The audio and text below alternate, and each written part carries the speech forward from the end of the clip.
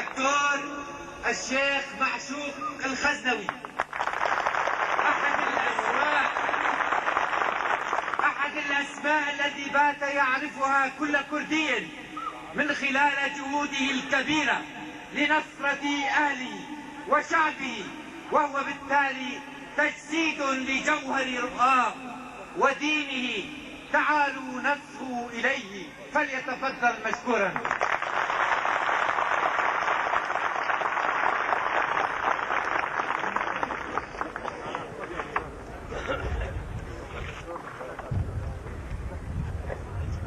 بسم الله الرحمن الرحيم. الحمد لله والصلاة والسلام على سيدنا محمد رسول الله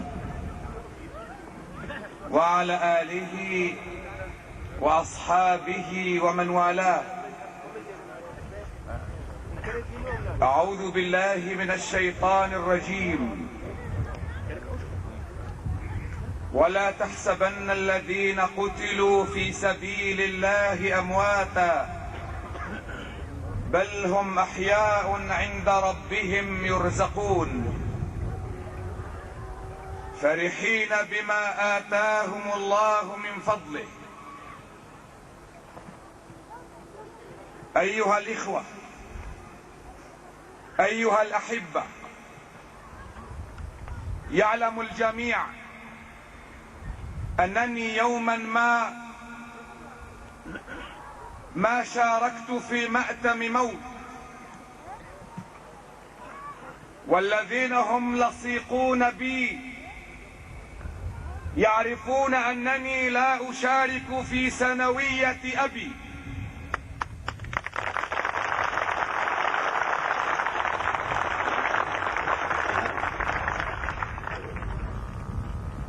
لست بحاجة، إذا كان البعض بحاجة إلى أن يحتفل بالموت، فأنا أحد الناس الذين هم ليسوا بحاجة إلى أن يحتفلوا بالموت، إلا إذا تمكنا أن نحول الموت إلى حياة.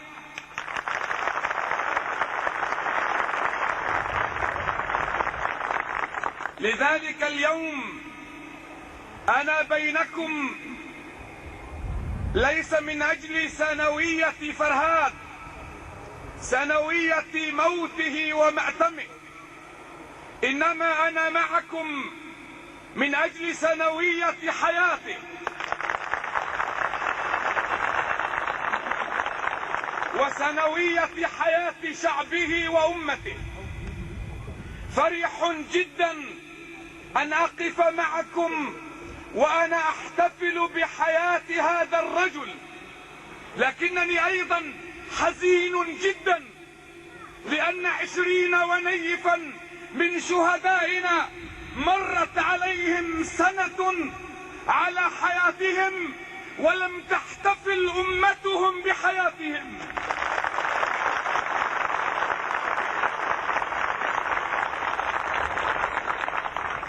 فرهاد عزيز علينا جميعا وعزيز، وأقول هذه الكلمة وأنا أحترم مشاعر أبيه وأمه وزوجته وابنته. فرهاد عزيز على قلوبنا جميعا، لكن من الذي قال إن 20 ونيفا من شهدائنا ليسوا في مستوى عزتي ومكانتكم؟ إن الحقوق أيها الإخوة لا يتصدق بها أحد، إنما الحقوق تؤخذ بالقوة.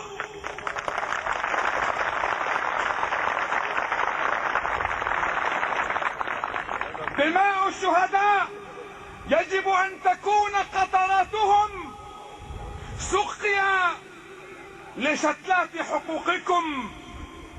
لن نسمح بعد اليوم أن تنسوا شهداءكم.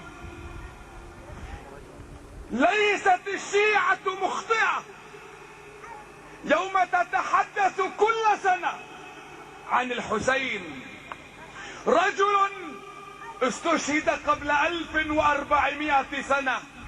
لا زالت أمته، لا زالت شيعته تحتفل من دمه، لا لأن رجلا مات، إنما لأنهم يريدون أن يحيوا جماعة وأمة وشيعة بسقيا دمه.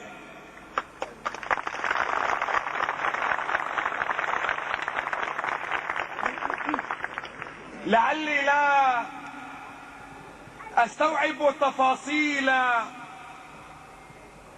ما جرى لفرهاد. أنا أحد الناس أخشى السياط كثيرا، ولا أريد أن أتذكرها، لكن منذ أن دعاني والده إلى هذه الجلسة لا أدري لما تذكرت ياسر وسمية. ياسر هذا الصحابي الجليل الذي وقف جلادوه في وجهه وهم يقولون له: سنعطيك كل شيء، سنهبك ما تريد، سنتركك، فقط اشتم محمدا. وأبى ياسر وأبت سمية، بل بصقت سمية في وجه أبي جهل. هكذا وصلتني الرواية. لقد طلبوا من فرهاد أن يشتم أهله، أن يشتم شعبه، أن يشتم أمته. لا أدري هل بصق في وجهه، لكن الحقيقة أن من يطلب من أحد أن يشتم أهله ينبغي أن يبصق في وجهه.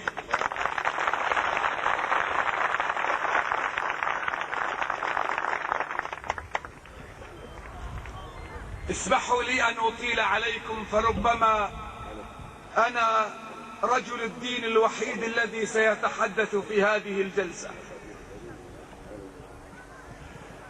فرهاد،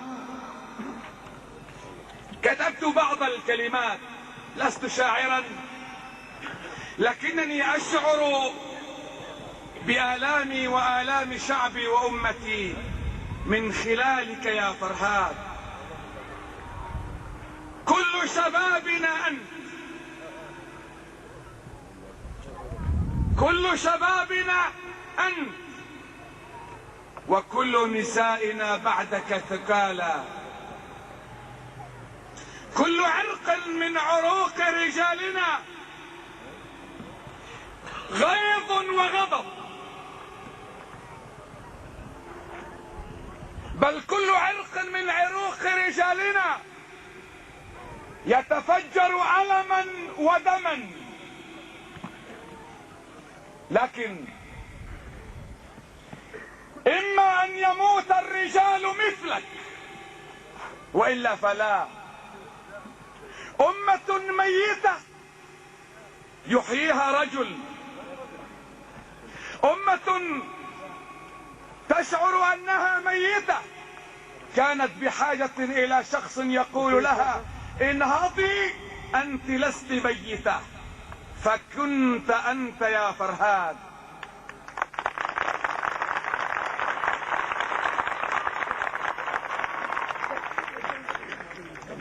حاولت أن أتخيلك، من أنت؟ هل يعقل أن أذهب إلى ذكرى رجل وأنا لا أعرفه؟ من أنت؟ حاولت أن أتخيل ملامحك، لم أستطع. كلما حاولت أن أتخيل ملامحك سمعت صرخاتك وأنت تحت السياط. كلما حاولت أن أجسد صورتك سمعت صعقات الكهرباء وهي تسري في جسدك الرخيص.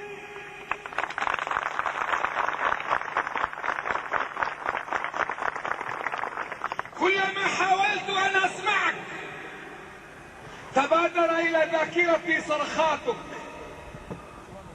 لا أدري ربما أسيء إليك يوم أقول أنت صرخت.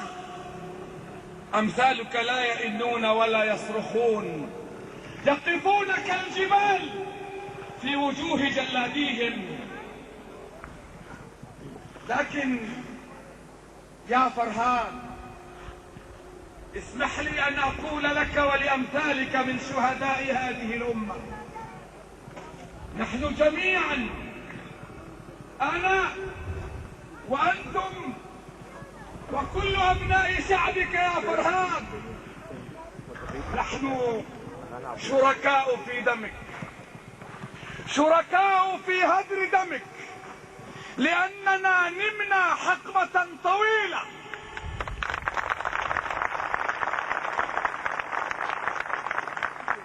كلنا شركاء في دمك، كلنا أسلمناك، كلنا خذلناك أنت ورفاقك. يوم لم نسأل عنكم، يوم لم نسائل جلاديكم، يوم لم نطلب محاكمتهم، من السهل جدا أن يصدر مرسوم يخرج السجناء من السجون، لكنه لا يمكن لكل مراسيم الدنيا أن تعيد حياة فرهاد ونيفا و20 من شهدائنا.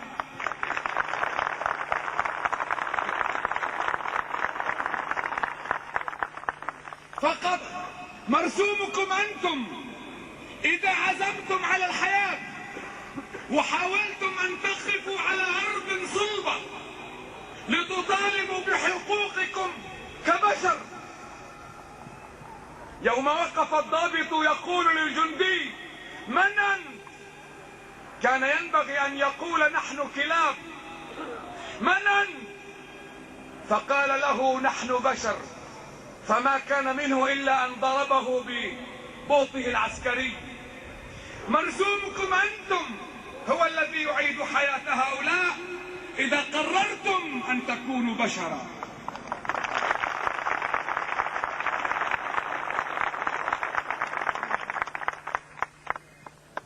فرهاد، بل يا شعب فرهاد، أنا أعلم أن نصر الله قريب، ولكن نتمنى جميعا أن لا نموت قبل أن يقف أضعف رجل منا على قبرك ليقول: ها نحن أحيينا شهداءنا وحيينا بهم.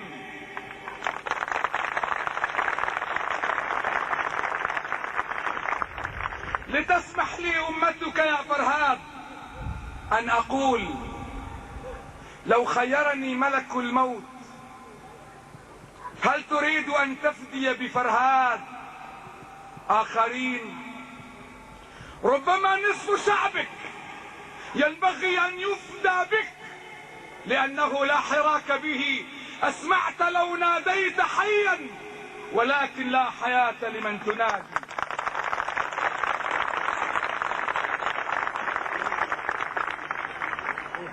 إنني اليوم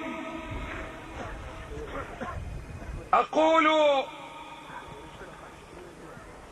إننا عازمون أن نحيي من أمتموهم، وعازمون أن نبني ما هدمتموهم، وعازمون أن نعمر ما خربتموهم.